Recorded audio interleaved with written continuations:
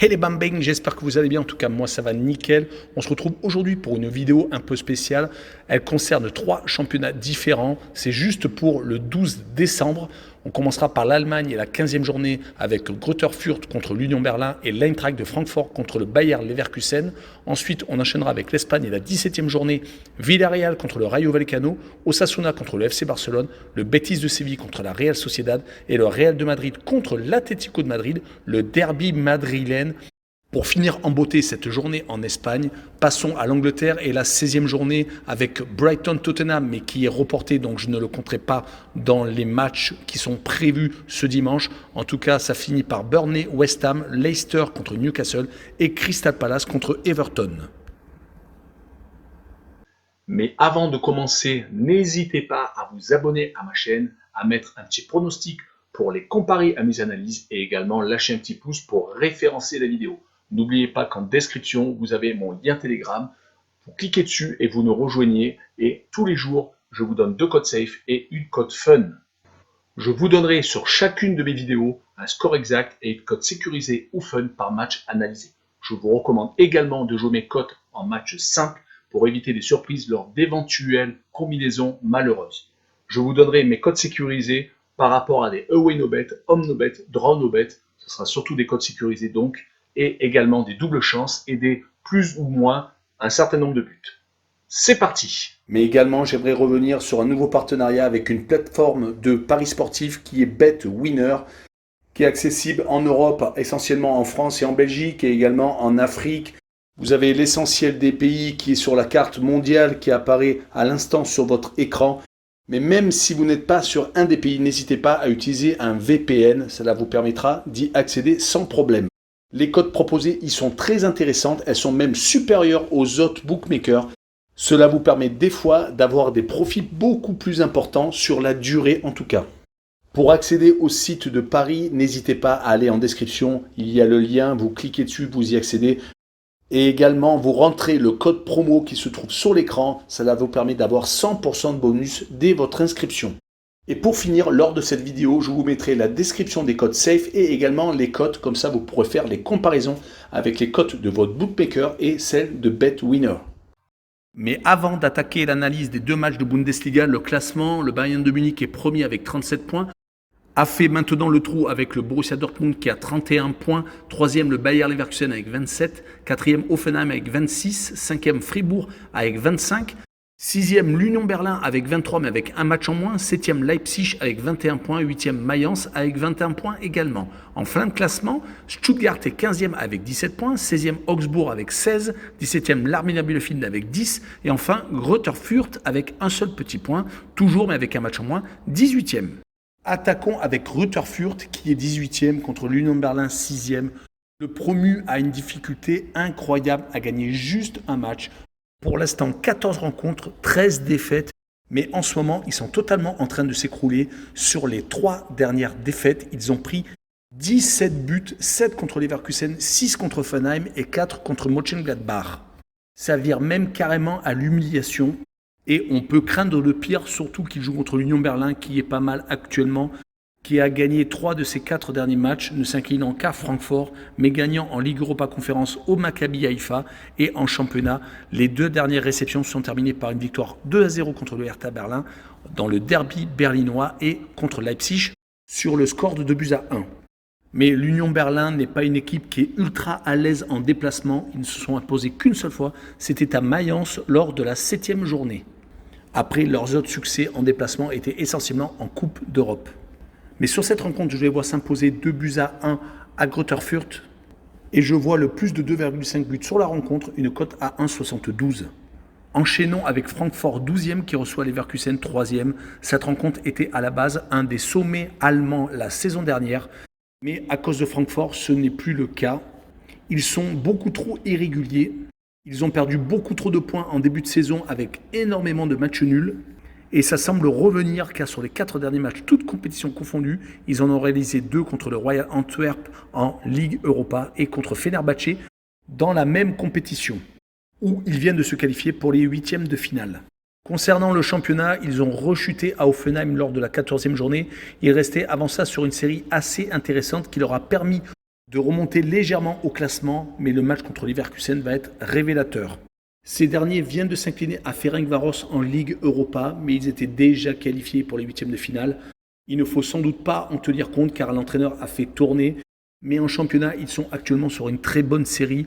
Ils viennent de gagner les 3 dernières rencontres, dont un 7-1 contre Greuther Fürth. Et surtout un 3-1 mis à Leipzig en déplacement. C'était d'ailleurs leur 4e victoire hors de leur base.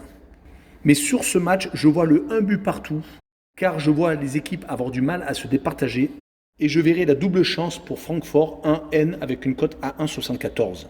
Mais avant d'attaquer l'analyse des 4 matchs de Liga, le classement, premier le Real de Madrid avec 39 points, 5 points d'avance sur Séville qui est second, troisième le Betis de Séville avec 30 points, quatrième l'Atlético de Madrid avec 25, avant le choc bien entendu contre le Real de Madrid, cinquième la Real Sociedad avec 29 points, sixième le Rayo Vallecano avec 27, septième Valence avec 25 et le FC Barcelone est huitième avec 23 points. En fin de classement, 16e Elche avec 15, 17e Alaves avec le même nombre d'unités, 18e Retafe avec 12, 19e Cadix avec 12 également, et enfin 20e et dernier Levante avec 8 points et qui n'a toujours pas encore gagné. Commençons avec Villarreal 14e qui reçoit le Rayo Vallecano 6e. L'équipe d'Unai Emery est beaucoup moins bien que la saison dernière où elle avait gagné la Ligue Europa.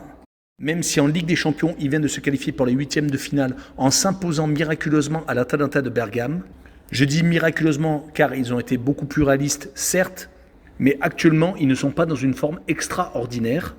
Si l'on accepte leur victoire en Ligue Europa contre Victoria, c'était le 30 novembre, ils étaient sur 4 matchs sans victoire, s'étant inclinés à 3 reprises contre Manchester United, le FC Barcelone et le FC Séville, ayant réalisé le match nul contre le Celta Vigo. Leur classement reflète malheureusement beaucoup de matchs nuls en début de saison et surtout quelques revers contre des équipes importantes. On notera donc que sur leurs 6 dernières réceptions, il y a 3 défaites et 1 match nul. Surtout qu'ils reçoivent le Rayo Vallecano, qui est ultra solide chez lui, qui n'a réalisé qu'un seul partage de points depuis le début, et qui dénombre 7 victoires et un seul match nul. Mais par contre, à l'extérieur, c'est beaucoup moins solide, même s'ils viennent de se rattraper lors de leurs 2 derniers, car ils ont fait match nul à Valence et ils ont fait match nul en Coupe du Roi. Leurs 4 défaites hors de leur base ne les empêchent pas d'être toujours 6e. Et mon pronostic sera une victoire de Villarreal 1-0 et je vois bien un moins de 2,5 buts sur la rencontre, une cote à 1,94. Enchaînons avec Osasuna 10e qui reçoit le FC Barcelone 7e. Osasuna a eu une très très belle période en déplacement où ils se sont imposés 4 fois consécutivement entre la 3e journée et la 9e, gagnant tout de même à Villarreal 2-1 lors de cette même journée. Parallèlement, ils ont déjà perdu à 3 reprises à la maison, dont la dernière fois lors de la 13e journée contre la Real Sociedad. On notera qu'ils restent sur 2 matchs nuls consécutifs hors Coupe du Roi, où ils se sont imposés assez facilement contre une équipe amateur.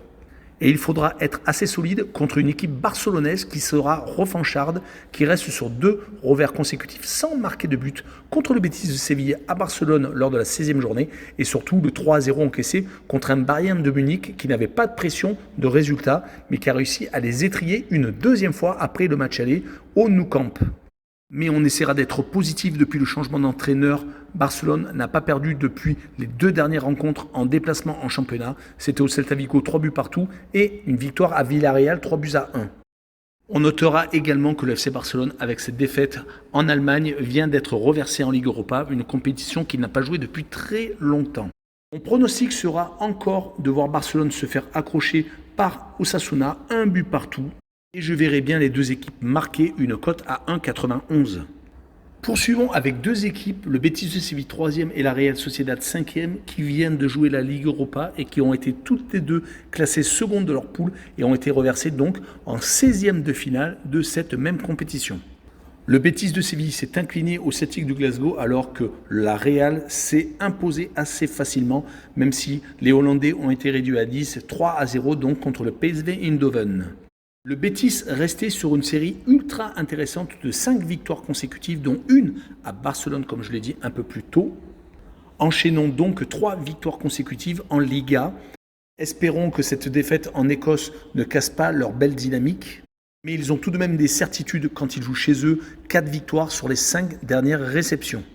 La Real, de son côté, vient de s'incliner contre le Real de Madrid en championnat. Leur victoire contre le PSV Eindhoven leur fait vraiment du bien. 3 matchs sans victoire pour l'instant après le match nul contre le Valence, la défaite à l'Espagnol de Barcelone et la défaite contre le leader de la Liga. Ce match tombe à point nommé car ils se sont déjà imposés 4 fois hors de leur base et sont tout à fait capables d'accrocher un point au Betis de Séville. Je les vois donc faire un but partout en déplacement et je vois le home no bet avec le match nul remboursé 6 victoires du Betis à domicile, une cote à 1,90. On passe à l'énorme choc entre le Real de Madrid et l'Atlético de Madrid, le premier qui reçoit le quatrième. Le Real reste sur une série ultra intéressante de 9 victoires consécutives, s'étant imposé dans quasiment tous ses matchs de Ligue des Champions. Une seule défaite un peu surprise, il faut l'avouer, contre les Chéri Tiraspol, mais quand on voit les stats, en fait c'est plus un hold-up qu'autre chose. Mais les 4 dernières victoires sur cette série de 9 succès sont assez révélatrices de la solidité actuelle des victoires contre Séville, l'Athletic Bilbao, la Real Sociedad en déplacement en plus et l'Inter de Milan comme je vous l'ai dit un peu plus tôt. On notera également qu'à domicile, il reste sur 5 victoires consécutives, certes pas avec des gros scores, mais tout de même à chaque fois ils ont assuré l'essentiel. L'Atlético de son côté est plutôt irrégulier, puisque sur les 4 derniers matchs officiels, toutes compétitions confondues, c'est 2 victoires et à chaque fois à l'extérieur, que ce soit à Cadix ou à Porto, et les 2 défaites ont été à domicile contre l'AC Milan et Majorque.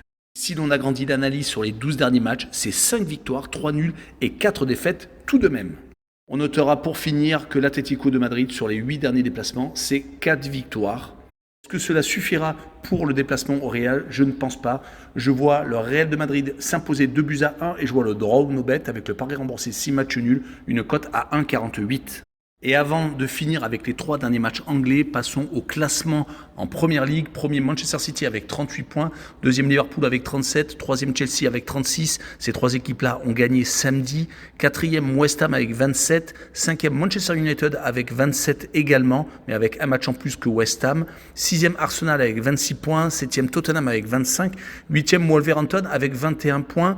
En fin de classement, 16e Southampton avec 16, 17e Watford avec 13, 18e Burnley avec 10, 19e Newcastle avec 10 également et dernier Norwich avec 10 points pour finir. On attaque avec Burnley 18e qui reçoit West Ham 4e. Les 18e du classement n'ont qu'une victoire pour l'instant depuis le début de la saison, c'est ultra maigre, surtout que cette victoire est intervenue assez tard, c'était lors de la 10e journée le 30 octobre contre Brentford. Depuis, ils ont enchaîné les matchs nuls et une défaite malheureusement lors de la dernière journée, c'était à Newcastle qui n'avait pas encore gagné lui depuis le début de la saison et qui a enfin réussi à récupérer son premier succès et malheureusement c'était contre Burnley. On notera tout de même que Burnley s'est ressaisi depuis les 4 dernières réceptions. Ils n'ont perdu qu'une seule fois, c'était en Cup contre Tottenham. Sinon, il reste sur une victoire et 2 matchs nuls. Mais le problème est que West Ham se présente devant eux. Depuis le début du championnat, ils sont vraiment super intéressants. Certes, ils viennent de perdre en Coupe d'Europe contre le Dynamo de Zagreb, mais ils étaient déjà qualifiés. Sinon, ils restaient sur une très belle performance, la victoire contre Chelsea où ils les ont renversés, étant menés 2-1 et gagnant sur la fin. Un peu comme ils l'avaient fait contre Liverpool, ils ont tendance donc à faire tomber les gros quand ils reçoivent. Et quand ils se déplacent, c'est bien aussi, bien entendu, car ils sont tout de même 4e. Ils se sont déjà imposés à 4 reprises hors de leur base. Mais il y a toujours un bémol, ils restent tout de même sur 2 défaites consécutives en déplacement. Lors de la 12e journée, ils ont perdu à Wolverhampton et lors de la 13e à Manchester City. Et bien entendu, il ne faut pas en rougir. Mon pronostic sera une victoire des Hammers 2-1 et je verrai le draw no bet avec le pari remboursé 6 matchs nuls, une cote à 1,45. Poursuivons avec Leicester 11e qui reçoit Newcastle 19e. Leicester n'est pas dans sa plus grande forme, il reste sur 3 contre-performances consécutives à Southampton où ils ont fait 2 buts partout, une défaite à West Ham 2-1 lors de la 15e journée et une défaite en Ligue Europa contre Naples 3-2, les faisant basculer en 16e de finale de la Ligue Europa Conférence. Mais le classement en Première Ligue est vraiment le reflet de la saison de Leicester. Ils sont 11e, c'est donc une saison moyenne où ils sont capables de fulgurances comme des victoires contre Manchester United lors de la 8e journée 4-2 ou quelques victoires dans la foulée à l'extérieur au Spartak de Moscou ou à Brentford. Mais malheureusement, ils s'écroulent souvent chez eux contre Arsenal, contre Chelsea. C'est vraiment répétitif. Heureusement, il joue contre Newcastle, qui vient certes de gagner son premier match, comme je l'ai dit un peu plus tôt, c'était contre Burnley, mais qui n'avait pas encore gagné cette saison, qui vraiment est en souffrance. qui vient d'être en effet racheté, mais qui attend toujours le mercato d'hiver pour pouvoir se renforcer et pour changer totalement peut-être de politique sportive. Mais on notera tout de même pour Newcastle que sur les 5 dernières rencontres en déplacement, ils ont fait 3 matchs nuls à Crystal Palace, Brighton et Watford et ont perdu à 2 reprises à Wolverhampton et à Arsenal. Je verrai bien pour cette rencontre une victoire 2-1 de Leicester. Je vois mal Newcastle enchaîner une deuxième victoire consécutive car ils sont vraiment en souffrance dans ce domaine-là. Par contre, je vois les 2 équipes marquer une cote à 1,64. On finira avec Crystal Palace contre Everton, le 14e qui reçoit le 13e. Le club coaché par Patrick Vieira vient de s'incliner sur les 3 dernières journées contre Aston Villa, Leeds et Manchester United. Certes, il y a des adversaires plus faciles à rencontrer, mais c'est en train d'annuler le départ assez correct en championnat où en point d'orgue, ils avaient tout de même réussi à s'imposer contre Manchester City 2-0 et avaient tout de même également battu Tottenham assez facilement lors de la 4e journée 3-0. Et ce qui est dommage, c'est qu'à domicile, ils étaient encore invaincus jusqu'à la 13e journée avant donc cette défaite contre Aston Villa. Everton, de son côté, vient enfin de renouer avec la victoire contre Arsenal. Ça ne leur était pas arrivé depuis la 6e journée contre Norwich. Il restait donc sur 8 matchs sans victoire, perdant assez souvent chez lui, 3 fois en l'occurrence. Mais là où le bas blesse, c'est qu'à l'extérieur, ils ne sont pas beaucoup plus solides, perdant les 3 dernières rencontres contre Wolverhampton, contre Manchester City et contre Brentford. Mais comme Crystal Palace a déjà fait 4 matchs nuls quand ils reçoivent, je vois bien sur cette rencontre le 1 but partout. Et je vois bien le home no bet avec le match nul remboursé, 6 victoires de Crystal Palace à domicile, une cote à 1,85. Voilà, on en a fini avec ces vidéos. N'hésitez pas à nous rejoindre sur Telegram, le lien est en description en dessous de la vidéo. Et également à aller sur le site de Paris Sportif BetWinner et sur le site d'actualité sportive Passion Sportive. Ciao les bambins!